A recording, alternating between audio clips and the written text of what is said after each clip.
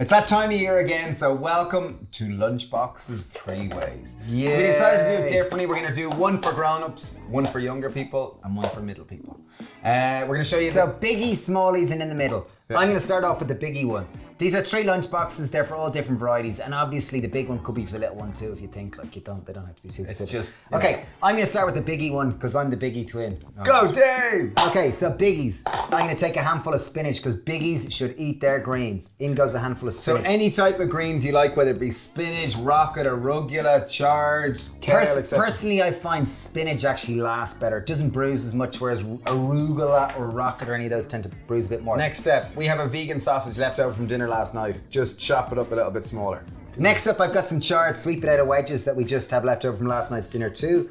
And I'm going to pop them in the lunchbox too. Like, if you are simply making sweet potatoes, literally as you're having your brekkie, just chop some sweet potato, put it in the oven. It will take 20-25 minutes. Even if you're negligent, it could take 35 minutes and be a little bit extra chard. We're just gonna add more flavor. And on top of this, I am going with some hummus, and I'm going straight in there rough and ready. This kind of lunch, you're kind of gonna mix it all together and you get all the flavors together. Obviously, if you don't like your peas touching your carrots, just put it in a tub so then it's separate. Okay, we got a load of cucumber, in it goes. Add a bit of freshness, contrast. Here you have kind of charred chewiness. You got some chewy meatiness from the sausage. You got crunchiness, you got gooiness, and now you have juiciness. What am I gonna do for sweet?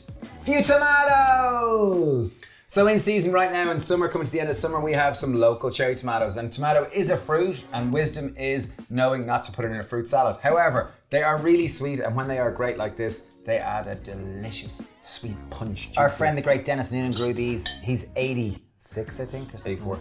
I like them. I don't like them chopped because then the moisture goes all over the other stuff. I put them in whole. I like them whole.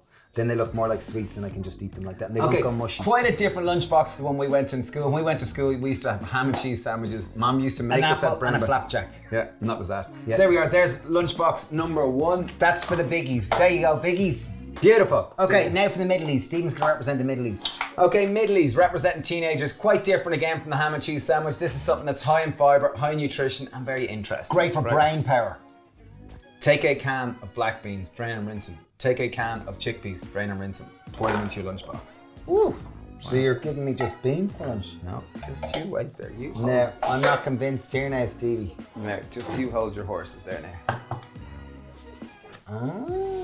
Right, we're gonna go with a generous pinch of salt. I'm gonna go with a little glug of oil. This is, you're literally making this into the lunchbox. I've got some ground cumin. I'm gonna go with the equivalent of about 1 large teaspoon.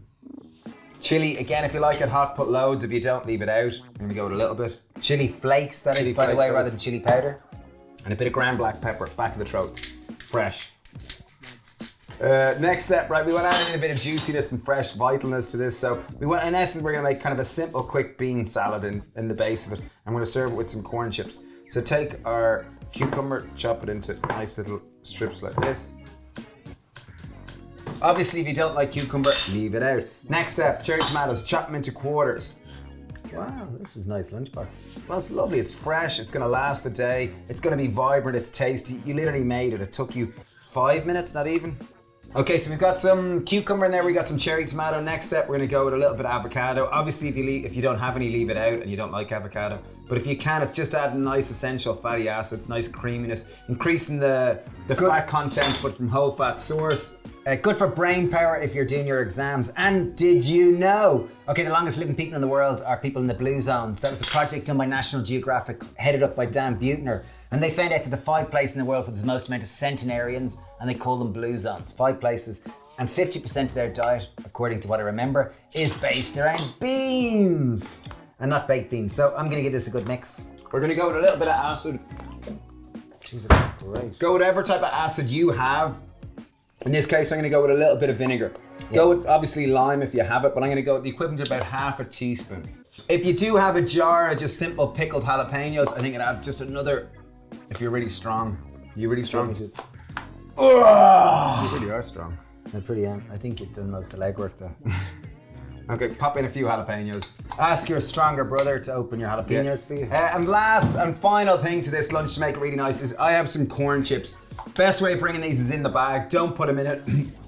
For the sake of the video, I'm just gonna show you. They go there. And we're gonna put a banana for a little break. Nice, simple, tasty, delicious. You'd be surprised at how, wow, that's a cool lunch. Okay, so that's biggies, that's mediumies, and now we're going littlies. So littlies, I've got an 8-year-old and a 6-year-old. Hi Alice, hi Iz, I love you.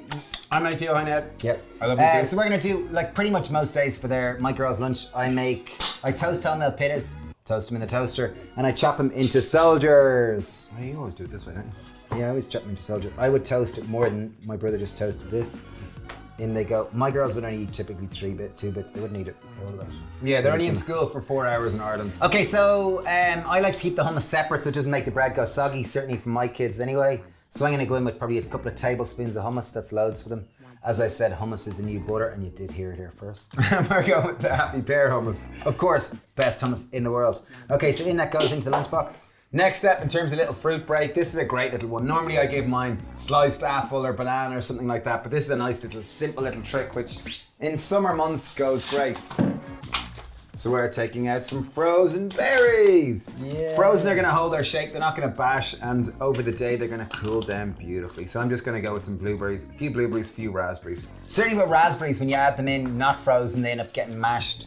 And then my kids don't typically eat them half the time, which is quite annoying. Whereas if you put them in frozen, they will thaw throughout the morning, and by the time lunchtime comes, they're perfect. Yeah. And then it means there's less waste. And something I would always do is put in some cucumber sticks or some kind of vegetable, whether it's carrot sticks or cucumber sticks. Or pepper, mine love pepper or carrot.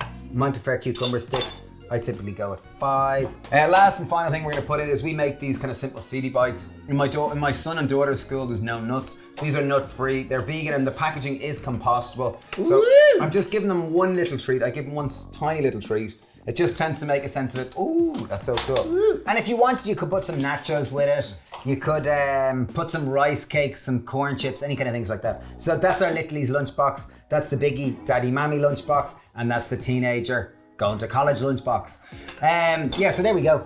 If you're interested in learning more about how to cook without recipes like the way we did there, check out our Ultimate Vegan Cooking course. It distills 14 years of us being vegan chefs. It takes us a framework approach, so it gets a little bit technical, but it's fabulous. Yeah. Link down below. Thanks for watching, and tag anyone in need of some lunchbox inspiration. Yeah, let us know what let's start a dialogue here. Let us know what you put in your lunchbox. What's your favorite lunchbox? I know we used to, as we said earlier, a ham and cheese sandwich. When the bread was real stale, we'd have a pack of crisps. We also just learned there that a Snickers bar, you know those chocolate bars, it used to be called, back in our day, it was called a marathon bar. And before that, one of the guys who's swimming at Ken Binley, he was telling us that it used to be called a Naztec bar. That's back in the day. So yeah, let us know what you used to have in your lunchbox. We were ham and cheese sandwiches. And I guess these are pretty lunchboxes are moving on. Let us know what you have for your lunch if you bring a lunchbox. Cheers! Bye!